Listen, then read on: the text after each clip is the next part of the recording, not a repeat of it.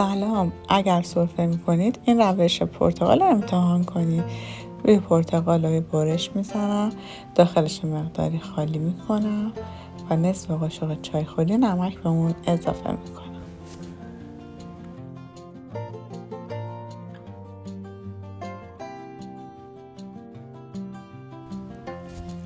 باز در اونو میذارم. داخل ظرفی که آب ریختم و جوش اومده یک کاسه میذارم و پرتقالم روی اون قرار میدم. درشو میبندم و نیم ساعت اجازه میدم تا بجوشه. بعد از نیم ساعت پرتقال خارج میکنم، اجازه میدم که کمی سرد بشه و بعد محتویات داخل اونا خالی میکنم. این درمان خونگی برای سرفه‌هایی که تازه شروع شده و هنوز شدت پیدا نکرده عالیه. نوش جان، امیدوارم همیشه سالم و سلامت باشین. لاک فراموش نشه.